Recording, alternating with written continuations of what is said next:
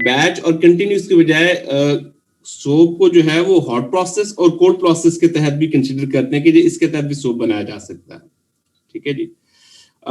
Hot process के अंदर of course हमें जो फैट्स है उनको हीट करना पड़ता है और मेल्टेड फैट्स के साथ जो है अल्कली को हम जब ट्रीट करते हैं तो सोप मैन्युफैक्चरिंग होती है। ठीक है जी। और इस हॉट प्रोसेस के अंदर ही बेसिकली बैच प्रोसेस भी और कंटिन्यूस प्रोसेस भी और जो आपके पास एक सेमी बॉइल्ड प्रोसेस है उसको हम कंसिडर करते हैं। तो हॉट प्रोसेस जो है वो इनफैक्ट इसकी जनरल 3 टाइप्स कंसिडर की जा सकती है, इसको डिवाइड किया जा सकता है एक बैच, एक कंटिन्यूस और एक सेमी बॉइल्ड प्रोसेस के अंदर। और जबकि जो कोल्ड प्रोसेस है, कोल्ड प्रोसेस में विदाउट एनी हीट हमें जो है कोल्ड स्टेट के अंदर ही फैट्स के साथ अल्कली की ट्रीटमेंट करनी पड़ती है और इसके नतीजे में हम सोप को मैन्युफैक्चर। और कोल्ड प्रोसेस का जो कंसर्न है वो ये कि यहाँ से ग्लिसरीन की रिकवरी जो है वो बिल्कुल भी नहीं हो पाती, जो कि इम्पोर्टेंट बाय प्रोडक्ट है या इम्पोर्टेंट फार्मास्यूटिकल रॉ मटेरियल है जो हमें यहाँ से मिलता है। सो सबसे पहले बात करते हैं हम हॉट प्रोसेस की। और हॉट प्रोसेस के अंदर हमारे पास जो है जो मेजर प्रोसेस है बैच मैन्युफैक्चरिंग के लिए, उसको हम बैच कैटल प्रोसेस का नाम देते हैं। ठीक है जी। वन मोमेंट, और कोई है जी? I think it's okay. हाँ जी।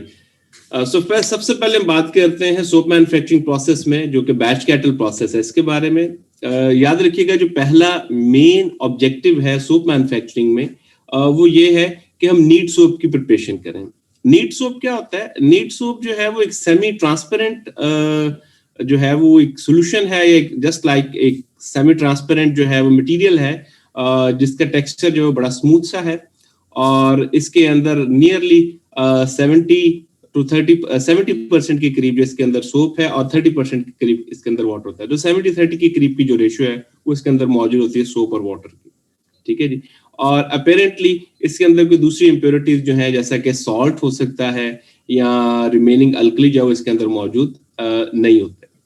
So neat soap is generally aqueous form of the soap or solution which is transparent in nature and it's absolutely free from salt or alkali और glycerine. इस तरह की impurities जो soap manufacturing के साथ रह जाती हैं सोप के अंदर, वो इसमें मौजूद नहीं होती। ठीक है जी। और ना ही तो इसका कोई खास कलर होता है क्योंकि सेमी ट्रांसपेरेंट होता है और ना ही इसमें से कोई खास ऑर्डर होता है। ठीक है जी। सो फर्स्ट स्टेज के ऊपर हम नीट सोप की प्रिपरेशन करते हैं और सेकंड स्टेज के ऊपर इस सोप को फिर हम इसके अंदर एडिटिव्स या बिल्डर्स ऐड कर देते हैं और फिर इसको मैन्युफैक्चरिंग की तरफ लेके जाते हैं। अभी जो आपके पास सामने फ्लोशीट डायग्राम है, ये बेसिकली बैच प्रोसेस की है जिसको हम बैच कैटल प्रोसेस का नाम देते हैं। इसकी फ्लोशीट डायग्राम है जो स्क्रीन पर मैंने आपके साथ शेयर की हुई है।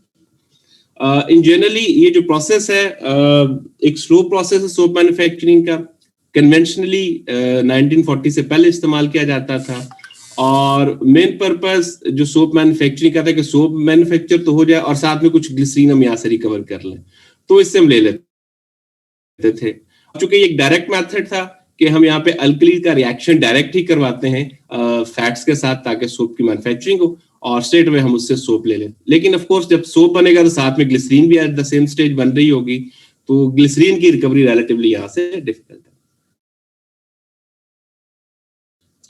इन जनरली सोप की मैन्युफैक्चरिंग का जो प्रोसेस है थोड़ा सा स्लो प्रोसेस है और इसको 5 से 6 दिन जो है वो तकरीबन लग जाते हैं मुकम्मल होते होते और इसमें से रिकवरी को मुकम्मल तौर पर हमें करते हुए। ठीक है जी। ये जो हमारे पास एक कैटल है ये आपको नजर आ रही है, ये स्टील की बनी होती है। ठीक है जी। 30 से 40 फीट के करीब इसकी हाइट होती है और 25 से 30 फीट के करीब इसका डायमीटर होता है, जो कन्वेंशनल डिजाइन है बैच कैटल का उसके अकॉर्डिंगली। ठीक है जी। और इसके अंदर हम ये जो फैट्स या ऑयल जो है, थोड़ी सी ब्लर है यहाँ से इमेज, लेकिन आप फिर भी अंदाजा लगा सकते हैं। मैं इसको थोड़ा सा कर देता हूँ जूम इन। सो ये फैट्स या ऑयल जो है ये मेल्ट किए जाते हैं और इनको स्टीम की मदद से मेल्ट किया जाता है। ठीक है जी। और यूजुअली मेल्टेड जो फैट्स एंड ऑयल्स हैं it should be free from any clots of blood. Blood इसके अंदर नहीं होना चाहिए और ना ही कुछ स्किन आनी चाहिए एनिमल्स की, और ना ही इसके अंदर कोई हेयर होने चाहिए। सो ये ऑयल्स और फैट जो है मुकम्मल तौर पर प्योरीफाइड होने चाहिए, ठीक है जी। और इसको मेल्ट किया जाता है, मेल्ट करके इसको लिक्विड स्टेट, इसको okay one moment,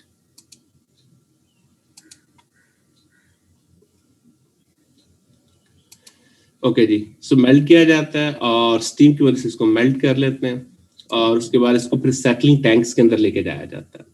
settling tanks के अंदर अगर कोई फर्दर इम्प्योरिटीज है, मेल्टेड ऑयल्स या फैट्स जो है, तो उसको हम सेटल डाउन होने देते हैं और उसको करते हैं। लेकिन इस तरह इसको हम स्टीम देते रहते हैं ताकि ये बिल्कुल मेल्टेड स्टेट के अंदर रहे, मेल्टेड फॉर्म के अंदर रहे, और लिक्विड स्टेट के अंदर ही आ जाता है मेल्ट होकर, ठीक है जी। इसके बाद इसको फिल्ट्रेशन से गुजारते हैं, ठीक है जी। ये फिल्ट्रेशन का एक टिपिकल सेटअप है। वो सारी इम्प्योरिटीज जो कि इस फर्स्ट स्टेज के ऊपर पास आउट हो गई थी और इधर तक पहुंच गई थी, उन तमाम चीजों को सेटलिंग के बाद रिमूव कर लेते हैं। तो रेजिड्यू को अलग कर लेते हैं इस फिल्ट्रेशन प्रोसेस से, ठीक है जी। और इस जो फिल्ट्रेट है उसको हम आगे जाने देते हैं, ठीक है जी।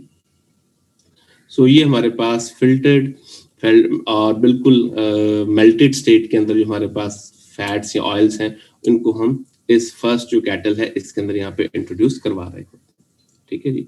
यूजुअली जो स्टीम होती है, ये बेसिकली जो स्टीम है वो हम यहाँ पे डायरेक्ट इंजेक्शन इसका स्टीम का कर रहे होते हैं, तो इसका ये टेम्परेचर जो है वो हॉट स्टेट पे इसको रखती है, और इसी हॉट स्टेट के ऊपर इसको हम यहाँ पर आगे इंट्रोड्यूस करवाते हैं। तो दरमियान में इसको सेटल नहीं होने देते इस तरह से कि ये बिल्कुल दोबारा से सॉलिडिफाई हो जाए, तो मेल्टेड स्टेट के अंदर रहते हैं, ठीक है जी। और दूसरी इंपॉर्टेंट चीज स्टीम के बारे में ये कि जो स्टीम हम यूज करते हैं तो इसके साथ साथ जो है ये हाई प्रेशर होती है, ठीक है जी। At of course that more normal pressure जो है उससे ज्यादा होता है। तो मैकेनिकल एजिटेशन का पर्पस भी ये सर्व करती है ताकि इसको मुकम्मल तौर पर मिक्स कर ले, ताकि कोई भी पीस या कोई भी ऐसा जो है वो पार्टिकल्स इसके ना रहे, बल्कि बिल्कुल मेल्ट स्टेट के अंदर क्लियर लिक्विड की सूरत में हमारे पास आ, ठीक है जी। थोड़ा सा बॉईल करते हैं, सेटल होने के बाद इसको जनाब फर्स्ट इसके अंदर ले जाते हैं, ठीक है जी। और फर्स्ट स्टेज के ऊपर इसके अंदर सोडियम हाइड्रोक्साइड ऐड करते हैं। तो अगर आप देखें तो ये एरो जो आपको इंडिकेट कर रहे हैं ऊपर जाते हुए, ये आपको यहाँ पे फर्स्ट सोप कैटल के अंदर लेके जा रहा है, ठीक है जी। एक बेसिकली बैच प्रोसेस है। और अगर आप देखें दूसरे एरो तो हमारे पास वाटर और सोडियम हाइड्रोक्साइड, सो ये वाटर और सोडियम हाइड्रोक्साइड का एक सोल्यूशन यहाँ पे बनाया जाता है, और ये सोल्यूशन जो है यहाँ पे इंट्रोड्यूस करवाया जा रहा है। So you can see that के दिस, ये जो दरमियान वाली एरो ये जो आपको इंडिकेट कर रहा है, ये हम यहाँ पर इंट्रोड्यूस करवा रहे हैं, ठीक है जी। सो बेसिकली यहाँ पर डायरेक्टली अल्कली का रिएक्शन मेल्टेड सोप्स या फैट्स के साथ करवाया जा रहा है, ठीक है जी। And this is actually the saponification which is taking place. Sodium hydroxide initially जो है वो कम मिकदार में लेते हैं, तकरीबन 12 से 15% तक जो है वो सोल्यूशन बनाया जाता है। 12 से 15% का मतलब ये है कि 12 ग्राम 100 ml वाटर के अंदर, और इसके अकॉर्डिंगली इसको मिक्स करते हैं। मैंने पहले आपको बताया था पिछले लेक्चर में, हमने बड़ी एक्सटेंसिवली, और उससे पिछले लेक्चर में भी बड़ी एक्सटेंसिवली पढ़ा था कि स्पोनिफिकेशन वैल्यू क्या है। तो एक्चुअली अब ये स्पोनिफिकेशन का रिएक्शन यहाँ पर हो रहा है, तो इस चेंज को हम नाम देते हैं कि ये एक स्पोनिफिकेशन चेंज है, ये स्पोनिफिकेशन रिएक्शन है जो यहाँ पर हो रहा है। और हमें अब इससे कैलकुलेट करना था कि जो हम ऑयल या फैट्स लेके चल रहे थे इस फर्स्ट स्टेज के ऊपर, उसके लिए हमें उसका स्पोनिफिकेशन नंबर क्या है, और उसके अकॉर्डिंगली हमें कितना पोटेशियम हाइड्रोक्साइड या कितना सोडियम हाइड्रोक्साइड रिक्वायर है। अगर हम सोडियम हाइड्रोक्साइड को यूज कर रहे हैं तो हम कैलकुलेशन में इक्विवेलेंट फैक्टर के तौर पर सोडियम हाइड्रोक्साइड का मास डालेंगे। अगर हम पोटेशियम हाइड्रोक्साइड को यूज कर रहे थे तो इक्विवेलेंट फैक्टर में पोटेशियम हाइड्रोक्साइड का मास डालेंगे, ठीक है जी। सो इसलिए अकॉर्डिंगली कैलकुलेशन हम चेंज कर सकते हैं। तो जो स्पोनिफिकेशन नंबर के लिए हमें डिजायर्ड सोडियम हाइड्रोक्साइड या पोटेशियम हाइड्रोक्साइड है वो हमें यहाँ से मिल सकता है, ठीक है जी। सो फर्स्ट स्टेज के ऊपर हमारे पास ये रिएक्शन होता है और सोप की फॉर्मेशन होती है। सोडियम हाइड्रोक्साइड इसके साथ जब मिलता है तो इसके साथ साथ सोप फॉर्मेशन होती है, सोडियम सॉल्ट और फैटी एसिड्स बनते हैं, और साथ में ग्लिसरीन बनती है जो कि बॉटम के अंदर सेटल होना शुरू हो जाती है। सो जो लोअर लेयर होती है वो ग्लिसरीन की होती है, ठीक है जी। और जो टॉप लेयर होती है हमारे पास वो हमारे पास सोप की होती है। लेकिन अगर आप देखें तो ये स्टीम जो है ये स्टिल यहाँ पे डॉटेड लाइन के साथ यहाँ आपको इंडिकेट कर रहा है कि यहाँ पे हीटिंग कॉइल्स जो है वो मौजूद है। ठीक है जी, तो इसका मतलब है कि बॉइलिंग जो है वो चल रही है, जो हमारे पास melted, one moment please, boiling जो है हमारे पास चल रही है और इस बॉइलिंग के नतीजे में ये सोप जो है वो मेल्ट होकर और बिल्कुल जो है वो सोप जो है वो बिल्कुल सेपरेट होके अपर सरफेस पे आ जाता है और जो ग्लिसरीन इसके साथ बनती है वो बॉटम के अंदर सेटल होना शुरू हो जाती है। मैंने आपको पहले भी बताया था केमिकल रिएक्शन में कि ग्लिसरीन जो है वो डायरेक्टली फॉर्मेशन उसकी होती है और साथ सोप बनता है। सोप टॉप सरफेस पे, अपर सरफेस पे रहता है और बॉटम सरफेस के ऊपर हमारे पास ग्लिसरीन जो है वो यहाँ पे कलेक्ट हो रही होती है। ठीक है जी, और यहाँ से हम ग्लिसरीन को रिकवर करने के लिए अगर आप देखें तो ये जो हमारे पास है, ठीक है जी, सेटलमेंट, यहाँ से अगर इसको हम देखें तो इसको हम कलेक्ट करते हुए आगे लेके जा रहे हैं और इस ग्लिसरीन की ट्रीटमेंट कर रहे हैं। मैं ये भी आपकी तरफ बताता हूँ कि एक्चुअली ग्लिसरीन की रिकवरी या ग्लिसरीन की ट्रीटमेंट कैसे करते हैं। बेसिकली फिर इसके साथ इजाफी जो सोडियम हाइड्रोक्साइड अगर आ जाता है तो उसको हम पहले न्यूट्रलाइज करते हैं, फिर और उसको डिफरेंट फेजेस से गुजारते हुए ग्लिसरीन की रिकवरी करते हैं। इस स्टेज के ऊपर जब ये स्पोनिफिकेशन का रिएक्शन हो रहा होता है, ठीक है जी, और हम मेल्टेड स्टेट के अंदर ये स्टीम सारी को यहाँ पे सेटल करते हैं, ठीक है, बॉटम में हमारे पास ग्लिसरीन और सारी चीजें साथ मिल रही होती है। तो अब हम चाहते हैं कि यहाँ से सोप और ग्लिसरीन मुकम्मल तौर पर एक दूसरे से अलग हो। तो सोप और ग्लिसरीन को मुकम्मल तौर पर एक दूसरे से अलग करने के लिए या बेहतर सेपरेशन के लिए हम यहाँ पर सोडियम क्लोराइड को यूज करते हैं। सोडियम क्लोराइड अगर आप देखें, ठीक है जी, ये जो सोडियम क्लोराइड सॉल्ट है ये भी यहाँ पर इंट्रोड्यूस करवाया जा रहा है, ये जो तीसरा एरो यहाँ से आ रहा है। और सोडियम क्लोराइड को तकरीबन हम 10 से 12% तक जो है overall total mass of soap उसके अकॉर्डिंगली देखते हैं, इसको हम ऐड करते हैं। तो ये बेसिकली दोनों लेयर्स की सेपरेशन का काम एफिशिएंटली करता है। ठीक है जी, टॉप सरफेस से हम ये सोप को तो कलेक्ट कर लेते हैं। ये देखिए, ये पंप है, ये स्किमिंग पंप है जो कि यहाँ से टॉप सरफेस से सोप को कलेक्ट कर सकता है और इसको अलग कर रहा है। सो टॉप सरफेस से हम स्किमिंग पंप के जरिए सोप को कलेक्ट करते हैं और इसको अलग कर लेते हैं। ठीक है जी, लेकिन ये सेपरेशन उस वक्त बेहतर होगी जब हम यहाँ पर सोडियम क्लोराइड को एज ए सॉल्टिंग एजेंट के तौर पर इस्तेमाल करते हैं। ठीक है जी, so that gives us a better separation कि हम इसको यहाँ से अलग कर लें।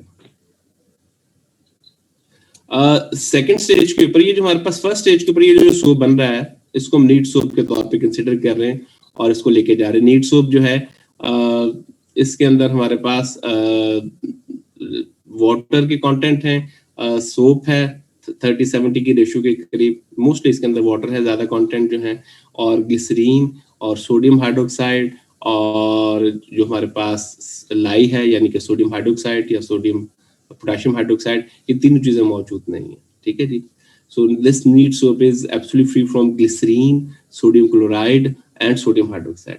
तो इनसे मुकम्मल तौर पर जो है ये बिल्कुल अलग है।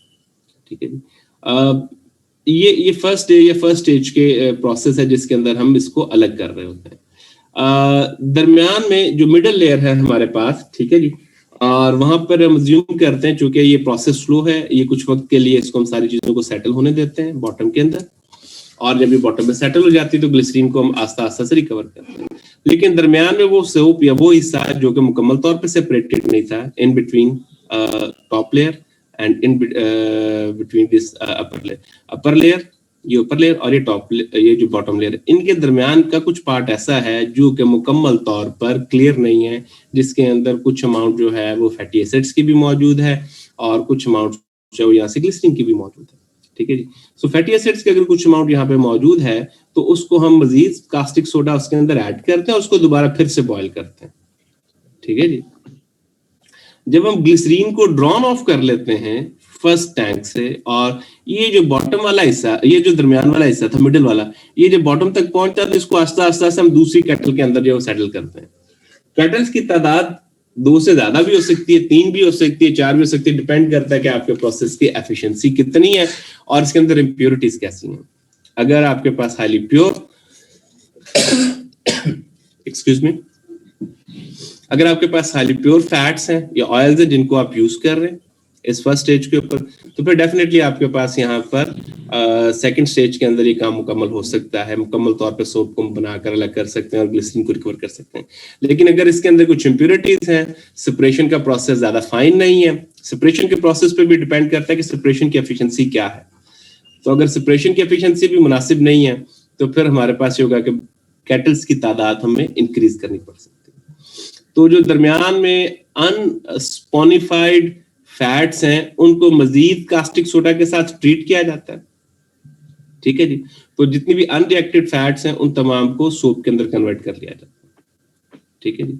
ग्लिसरीन अगेन जो लोअर लेयर होगी वो उस तरह ही बनेगी और उसको हम बॉटम से अलग कर लेंगे।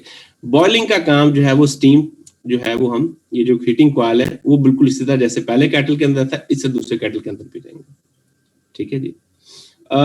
इस स्टेज के ऊपर अगर आप फर्दर सोडियम क्लोराइड ऐड करेंगे तो वो क्या करेगा कि वो उसको मजीद जो सेकंड स्टेज के ऊपर बनने वाला सोप और ग्लिसरीन उसको अलग करता है, ठीक है जी।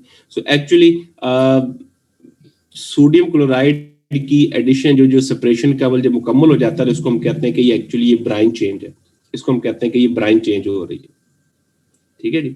सो ब्राइन चेंज जो है वो सॉल्ट को मतलब इस स्टेज के बाद सॉल्ट ऐड नहीं करते, स्टेज पे हम अंडरस्टैंड करते हैं कि सॉल्ट ऐड करने से सोप को ग्लिसरीन से हमने मुकम्मल तौर पर अलग कर लिया और मोल्टन स्टेज के अंदर हमारे पास जो है वो सोप पड़ा हुआ, ठीक है जी। in some cases if you still feel that कि अच्छा जी अब अगर आपके पास स्टिल सेकंड स्टेज के ऊपर भी one moment ji, if you still feel that कि अगर आपके पास सेकंड स्टेज के अंदर भी कुछ अनस्पोनिफाइड मैस रह गया, देखिए एक बड़ा चंक यहाँ पर स्पोनिफाई हो गया है जबकि रिमेनिंग पार्ट जो है वो यहाँ पे स्पोनिफाई जाता है।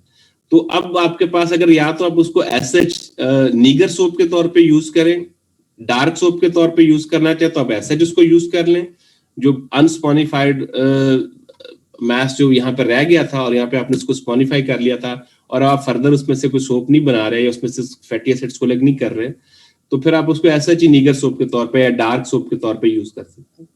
लेकिन अगर आप चाहते हैं अगर आपके पास अनकम्बाइंड फ्री एसिड्स यहाँ पर हैं तो आप उनको न्यूट्रलाइज कर सकते हैं सोडियम हाइड्रोक्साइड ऐड करने के साथ, ठीक है जी। तो जैसे जैसे सोप की स्ट्रेंथ इंक्रीज होती चली जाती है वो इनसॉल्युबल होता जाता है, ठीक है जी, और हाईली अल्कलाइन सॉल्यूशन हो जाता है। इसको हम कहते हैं कि सोप की कंसंट्रेशन जब इंक्रीज हो रही हो और सोप की स्ट्रेंथ जब इंक्रीज हो रही हो तो इसको हम नाम देते हैं कि ये स्ट्रेंथनिंग चेंज है। इसको हम कहते हैं कि स्ट्रेंथनिंग चेंज का नाम है क्योंकि अब सोप की कंसंट्रेशन जो है वो इंक्रीज हो रही है। इसके बाद हीटिंग को जो है वो डिसकंटिन्यूड कर दिया जाता है और सोप को जो है वो 3 से 4 घंटे मजीद सेटल होने के लिए दिया जाता है, ठीक है जी। So at the end of the day final जो हमारे पास होता है उस वक्त ये होता है कि हम सोप को कलेक्ट कर लेते हैं, नीगर सोप को यहीं से कलेक्ट कर लेते हैं। जो हमारे पास लाइट जो नीट सोप था और जो फर्स्ट कंटेनर से या इवन सेकंड से भी कुछ नीट सोप आया उसको हम आगे ले जाते हैं और उसके अंदर फिर एडिटिव्स और बिल्डर ऐड कर देते हैं। कलर आप इंपार्ट करना चाहते हो तो आप बेशक उसके अंदर व्हाइट कलर इंपार्ट कर लें, it depends upon you. White colour को भी इंपार्ट करके करना चाहे, आप उसके अंदर कोई एंटीबैक्टीरियल प्रॉपर्टीज ऐड करना चाहें, आप उसके अंदर कोई डाई ऐड करना चाहें, कोई फ्रेग्रेंस एजेंट ऐड करना चाहिए या उसके अंदर उसका वियर रेट कंट्रोल करने के लिए सिलिकेट्स ऐड करना चाहे, वो हम सब चीजें यहाँ पर ऐड करते हैं, ठीक है जी। उसके बाद इसको क्रचर्स में ले जाता है और उसकी फ्रेमिंग कर ली जाती है और फाइनली इसको बार सोप्स के अंदर प्रोसेस करके पैकेजिंग की तरफ ले जाया जाता है, ठीक है जी। तो एक्चुअली नीट सोप को हम ये सारा प्रोसेस कर रहे होते हैं और सेकंड बैच से भी हासिल होने वाला जो हमारे पास नीट सोप है उसको हम यहाँ पे अलग कर रहे होते हैं, ठीक है जी। और जो नीट सोप होता है इसकी लुक जो है बड़ी शाइनी टेक्सचर होता है। जब आप इसको किसी सरफेस के ऊपर फैलाएं इस नीट सोप को तो आपके पास एक बड़ी शाइनी जो है वो यूनिफॉर्म से एक स्मूथ सी लुक जो है वो आपको यहाँ पर दे रहा हो, ठीक है जी।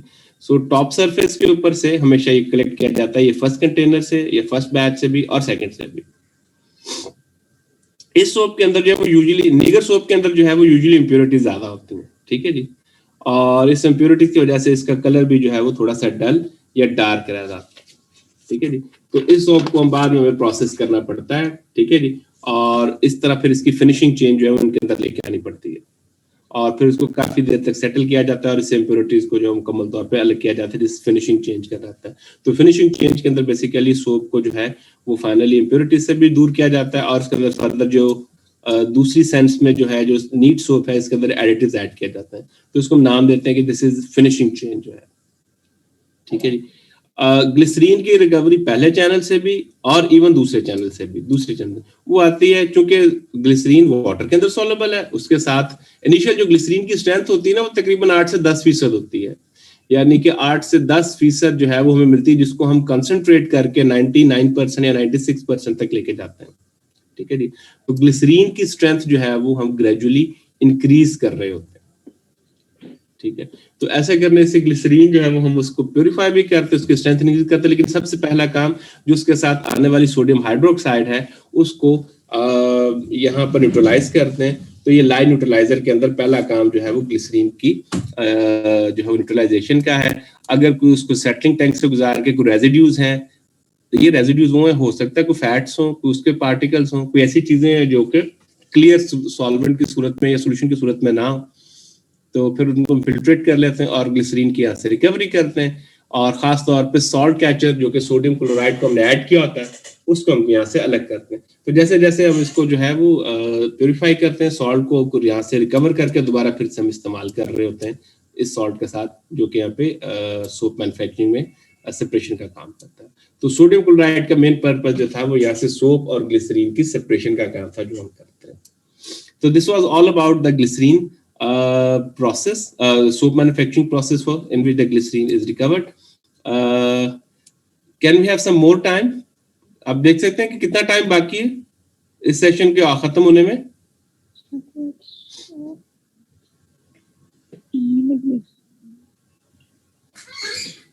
आप सुन रहे हैं? Yes sir. आवाज आ रही है आपको? मैं ये कह रहा हूँ, अगर ये सोप मैन्युफैक्चरिंग का प्रोसेस आप थोड़ा सा अंडरस्टैंड कर रहे हैं, तो क्या हम ग्लिसरीन की रिकवरी का प्रोसेस भी पढ़ लें आगे? पढ़ लेते हैं sir. That would be easier for us कि हम उसको भी जो है वो रैप अप कर लें। जी सर। साथ साथ ही सारी चीजें जो है हमारे पास चल रही हैं इसके एतबार से। जी सर, पढ़ लेते हैं। ठीक है जी। सो ये मैं आपके साथ शेयर कर दूंगा। One moment.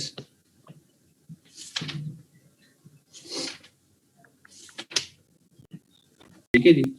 और ये बीके शर्मा की बुक जो है, ये उससे मैंने इमेज जो है वो लिया हुआ है और उसी को यहाँ पर शेयर कर रहा हूँ, जो कि आपको यहाँ पे नजर आ रहा है। बुक का नाम B K Sharma, industrial chemistry by B K Sharma.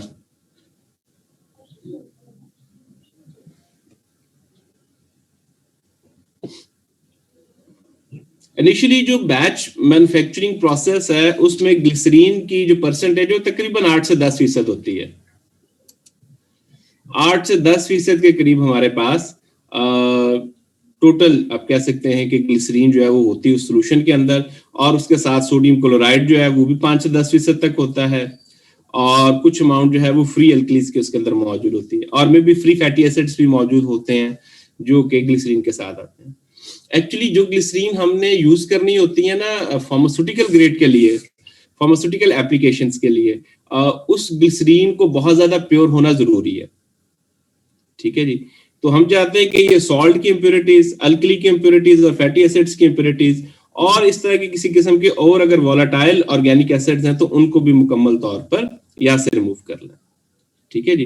तो इनको सबसे पहले तो जो है हम सेटलिंग टैंक्स में से गुजारते हैं। ठीक है जी। सेटलिंग टैंक्स के अंदर जितनी भी कोई सस्पेंडेड इंप्योरिटीज हैं, सस्पेंडेड इंप्योरिटीज है, याद रखिएगा सेटलिंग टैंक्स जो है वो सस्पेंडेड इंप्योरिटीज को दूर करते हैं। तो सेटलिंग टैंक से सस्पेंडेड इंप्योरिटीज को हम यहाँ से रिमूव कर सकते हैं। ठीक है जी। This is true for the case of all the suspended impurities, और उसको हम यहाँ से रिमूव करके नेक्स्ट लेके जाते हैं, अगर डिकेंटेड जो लाए है उसको दूसरे टैंक के अंदर लेके जाते हैं। ओके जी। अभी है हमारे पास 10 minute. I will try to wrap things up in this 10 minutes. तो उसके बाद उसको हम ट्रीटमेंट टैंक या ट्रीटिंग टैंक्स के अंदर लेके जाते हैं। जो क्लियर हमारे पास यहाँ पे सोल्यूशन था, ये जो क्लियर लाइक का सोल्यूशन है, उसको हम ट्रीटमेंट टैंक के अंदर लेकर जाते हैं और उसको सबसे पहले न्यूट्रलाइज करते हैं HCl के साथ। ठीक है जी। सो HCl को हम इस तरह न्यूट्रलाइज उसके साथ करते हैं कि हम कैलकुलेट करते हैं कि हमारे पास अल्कली के कंटेंट कितने हैं। तो पहले वो जो सोल्यूशन है उसके अंदर जितने कंटेंट हैं सोडियम हाइड्रोक्साइड के या पोटेशियम हाइड्रोक्साइड को, उसको हम न्यूट्रलाइज करते हैं। ठीक है जी। सो ट्रीटमेंट रैंक के अंदर जो पहली ट्रीटमेंट है, यहाँ पे तो आपको नजर नहीं आ रही, लेकिन हमने उसको भी देखा। सो ये वाला स्टेज अगर आप देखें तो रेजिड्यूज को अलग कर लेते हैं और फिल्टर को अलग करते हैं, लेकिन इससे पहले सेटलिंग टैंक से भी गुजारते हैं। और ये जो लाइन न्यूट्रलाइजर है, ये एक्चुअली HCl हाइड्रोक्लोरिक एसिड जो है, इसके नतीजे में इसको जब हम ऐड करते हैं तो ये फ्री अल्कलीज को जो है उनको जो है वो उनके साथ रिएक्शन करता है, उनको प्रेसिपिटेट आउट करता है। ठीक है जी। Moreover in addition to this अगर आप देखें तो हम एल्यूमिनियम सल्फेट को भी यहाँ पर ऐड कर रहे हो। तो एल्यूमिनियम सल्फेट को ऐड करने का पर्पस ये है कि अगर कोई अल्कलीज है तो एल्यूमिनियम हाइड्रोक्साइड जब बन जाएगा तो aluminium hydroxide is highly insoluble. ठीक है, वो प्रेसिपिटेट बन जाता है। ठीक है जी। और उसको फिर हम यहाँ से अलग कर सकते हैं। So first is the case is कि आप HCl के साथ ट्रीटमेंट कर लें। HCl is a good thing. HCl जो है वो न्यूट्रलाइज कर देगा।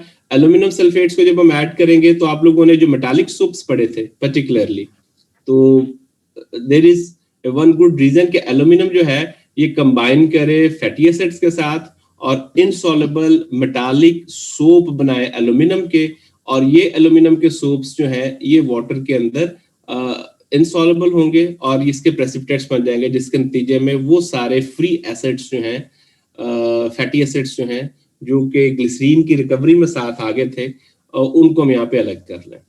सो एल्यूमिनियम का जो मेन पर्पस है वो ये कि एल्यूमिनियम के जो सॉल्ट्स हैं एल्यूमिनियम सल्फेट का, वो ये कि ये एल्यूमिनियम सोप्स के अंदर कन्वर्ट कर लिए जाएं और ये सोप्स जो हैं हाईली इनसॉल्युबल है वाटर के अंदर और इसको हम अलग कर सकते हैं।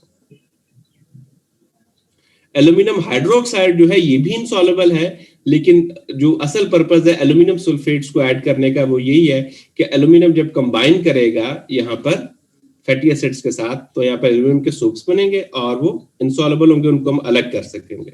इसके अलावा इनसॉल्युबल एल्यूमिनियम हाइड्रोक्साइड जो है, इनको भी हम, ये भी इनसॉल्युबल होते हैं वाटर के अंदर और इनको भी हम यहाँ पे फिल्ट्रेशन से अलग कर सकते हैं। तो ये दोनों ही प्रोसेस जो है वो साइड बाय साइड चल रहे होते हैं। इसके बाद इसको जनाब हम पंप करते हैं और फिर इसको हम फिल्ट्रेशन से गुजार कर स्टोरेज टैंक की तरफ रख देते हैं। सो जो प्रेस है ये एक्चुअली फिल्ट्रेशन प्रेस है, जिससे हम इन तमाम चीजों को अलग करते होते हैं। और अब सबसे पहले जनाब इसको हम यहाँ से वैक्यूम से गुजारते हैं, और यहाँ पे जब हम वैक्यूम से गुजारते हैं तो सोडियम क्लोराइड जो है वो सेपरेट होना शुरू हो जाता है। You could see that we have salt concentration pan कि जब हम फिल्ट्रेशन करना शुरू करते हैं और वो ग्लिसरीन का सॉल्यूशन जो कि पहले बहुत ज्यादा डाइल्यूट था, तो उस डाइल्यूट सॉल्यूशन को जब हम वेपोरेशन उसकी करते हैं और वो कंसंट्रेट होना शुरू होता है तो सोडियम क्लोराइड जो है वो प्रेसिपिटेट होकर बाहर आना शुरू हो जाता है। ठीक है। इसके नतीजे में क्या होता है कि जैसे जैसे ग्लिसरीन की स्ट्रेंथ या कंसंट्रेशन इंक्रीज होती है, जैसे जैसे ग्लिसरीन की स्ट्रेंथ या कंसंट्रेशन इंक्रीज होती है, वैसे वैसे सोडियम क्लोराइड इसमें से सेपरेट आउट होकर बाहर आना शुरू हो जाता है। ठीक है जी। तो वैसे वैसे सोडियम क्लोराइड जब बाहर आना शुरू हो जाता है तो सेपरेशन का प्रोसेस मुकम्मल होना शुरू हो जाता है। Simple gradually step by step हमने चीजों को सेपरेट कर रहे हैं। सोडियम हाइड्रोक्साइड की सेपरेशन HCl ट्रीटमेंट के साथ, ठीक है जी, अल्कली इस तरह से काफी हद तक रिमूव हो जाएगी। सेकंड स्टेज के ऊपर हमारे पास जो फैटी एसिड्स है उनको रिमूव करना था, वो एल्यूमिनियम सल्फेट्स या एल्यूमिनियम के फैटी एसिड्स के साथ रिएक्शन के बाद उनको सेपरेट कर सकते हैं जब एल्यूमिनियम सोप बनता है। मजीद एल्यूमिनियम हाइड्रोक्साइड बनता है, वो भी इनसॉल्युबल हो जाता है। थर्ड स्टेज के ऊपर जो सॉल्ट सोडियम क्लोराइड जिसने सॉल्ट उसके अंदर ऐड किया होता है सेपरेशन के लिए, वो इवेपोरेशन के प्रोसेस के तहत यहाँ से अलग होना शुरू हो जाता है। ठीक है जी। और ये सॉल्ट को हम दोबारा से वॉश करके फिर से इस्तेमाल में ला सकते हैं ग्लिसरीन की रिकवरी के लिए। ठीक है जी। सो इस फर्स्ट स्टेज के ऊपर बहुत सारा वाटर वो भी ग्लिसरीन से रिमूव हो जाता है, अलग हो जाता है, और उसके साथ साथ बहुत सारा जो सोडियम क्लोराइड यहाँ पर था इसको भी हम यहाँ से अलग कर लेते हैं। ठीक है जी। तो इसके बाद हमारे पास जो ग्लिसरीन है इसकी स्ट्रेंथ तकरीबन हम इवेपोरेशन के साथ और वैक्यूम के अंदर जो है वो लो प्रेशर स्टीम के साथ जब इसको इवेपोरेट कर रहे होते हैं तो 80% तक इसकी स्ट्रेंथ को जो इंक्रीज कर लिया जाता है। ठीक है जी। तो जब 80% तक स्ट्रेंथ इंक्रीज हो जाती है और जिसमें से मोस्टली जो सॉल्ट के कंटेंट है कम हो जाते हैं, तो अब इसके अंदर 10 से 14% वाटर रह जाता है। ठीक है जी, 80% ग्लिसरीन है, सो 10 to 15% के करीब इसके अंदर वाटर है, और now there are very small amount of salt, और सॉल्ट के साथ साथ कुछ ट्रेसेस जो हैं वो सॉल्ट के और उसके साथ साथ कुछ ट्रेसेस फ्री ऑर्गेनिक एसिड्स की भी हो सकती हैं। वो फैटी एसिड्स हैं जो कि इस स्टेज से अगर कुछ एस्केप कर गए तो ये हमारे पास आ जाते हैं। ठीक है जी, तो फिर इसको हम वैक्यूम डिस्टिलेशन की तरफ लेके जाते हैं। ठीक है जी, सो वैक्यूम डिस्टिलेशन से जब इसको हम गुजारते हैं तो फिर हम ग्रेजुअली इसको स्ट्रेंथ को जो है वो इंक्रीज करना शुरू कर देते हैं। इनिशियली ग्लिसरीन आप जो लैब में भी जो यूज करते हैं उसका कलर नहीं है। ठीक है जी, ग्लिसरीन जो है उसको बिल्कुल ट्रांसपेरेंट होना चाहिए, as transparent as like water. ठीक है, लेकिन due to the some impurities, और these impurities may be coming from fatty acids, may be coming from some other sources, इसकी वजह से ग्लिसरीन के अंदर जो है वो एक टिंच आना शुरू हो जाता है, एक कलर शेड आना शुरू हो जाता है। ऐसी ग्लिसरीन जो है फार्मास्यूटिकल एप्लीकेशंस के लिए मौजू नहीं है। ठीक है जी, ऐसी ग्लिसरीन फार्मास्यूटिकल एप्लीकेशन के लिए यूजफुल नहीं है, लिहाजा इसके लिए हमें ग्लिसरीन को डीकलराइज करना पड़ता है। ग्लिसरीन को डीकलराइज करने के लिए हम इसे एक्टिवेटेड चारकोल से गुजारते हैं। ठीक है जी, और उसके बाद इसको हम ट्रीट करते हैं एक्टिवेटेड चारकोल से ट्रीट करने के बाद, और स्लाइटली इसको जो है वो अल्कलाइन भी करते हैं ताकि फैटी एसिड्स को जो है वो उनके साथ कन्वर्ट कर लिया जाए कि जो थोड़े से फैटी एसिड इसके साथ हैं वो सोडियम हाइड्रोक्साइड या अल्कली सॉल्यूशंस के साथ मिलकर उसको रिमूव करें, लेकिन ये बड़ी कंट्रोल्ड अमाउंट में ऐड की जाती है alkali, it's a very controlled amount, ताकि आपके पास रिमेनिंग एसिड्स जो हैं उनको हम यहाँ पे अलग कर लेते हैं। तो हॉट जो क्रूड ग्लिसरीन है इसको 150 डिग्री सेंटीग्रेड तक जनाब हम यहाँ पर वैक्यूम डिस्टिलेशन से गुजारते हैं, और उसके बाद इसकी स्ट्रेंथ जो है ग्रेजुअली 80 से बढ़कर 90% तक इंक्रीज हो जाती है। इसको फिर हम कंडेंस करते हैं। ठीक है जी, और इसके अंदर मोस्ट ऑफ द थिंग्स जो है हमारे पास जो इम्प्योरिटीज जो है खासतौर पे वो यहाँ से रिमूव होना शुरू हो जाती हैं। सुपर हीटेड स्टीम से जब गुजरती है तो ये 80% ग्लिसरीन है, बट 80% से ग्रेजुअली इसकी स्ट्रेंथ जो है वो 150 डिग्री सेंटीग्रेड तक जब इसको बॉईल करते हैं तो 90% तक इंक्रीज हो जाती है। ठीक है जी, याद रखिएगा ये जो ग्लिसरीन है जो 90% तक है इसके डिफरेंट ग्रेड्स हैं। इसको फर्दर जो है अगर कोई डीकलराइजेशन की जरूरत है तो इसको हम एक्टिवेटेड चारकोल से गुजार के इसको डीकलराइज करते हैं, और फिर इसको फाइनली फर्दर डिस्टिलेशन की तरफ लेके जाते हैं जो इसको प्योरीफाई कर देते हैं। तो ग्लिसरीन का जो ग्रेड 99% तक प्योर होता है उसको हम कहते हैं ये डायनामाइट ग्रेड की ग्लिसरीन है, या दूसरे लफ्जों में ऐसी ग्लिसरीन भी है जिसको हम सीपी ग्रेड कहते हैं, जिसका मतलब होता है कि ये केमिकली प्योर ग्लिसरीन है जिसको हम यूज कर रहे हैं। ठीक है, इस प्रोडक्ट से हम ग्लिसरीन को और वाटर को और खास तौर पे सोडियम क्लोराइड को मुकम्मल तौर पर अलग कर देते हैं। ठीक है जी, so that is all about the glycerine recovery from spent life, because this is coming from with the soap and some sodium hydroxide जिसको हम इस प्रोसेस से गुजारते हैं। If you have any questions, any query, क्या होता है? आपकी आवाज थोड़ी सी कट रही है। जो भी आपके क्वेश्चन मैं पूछ रही हूँ कि ये लाई का मतलब क्या है? लाई ये सोडियम हाइड्रोक्साइड को कह रहे हैं, अल्कली को कह रहे हैं जी, अल्कली को सोडियम हाइड्रोक्साइड को पोटेशियम हाइड्रोक्साइड को कह रहे हैं। If you have any question, post in the group. I shall try to answer all these questions. I would be happy to answer.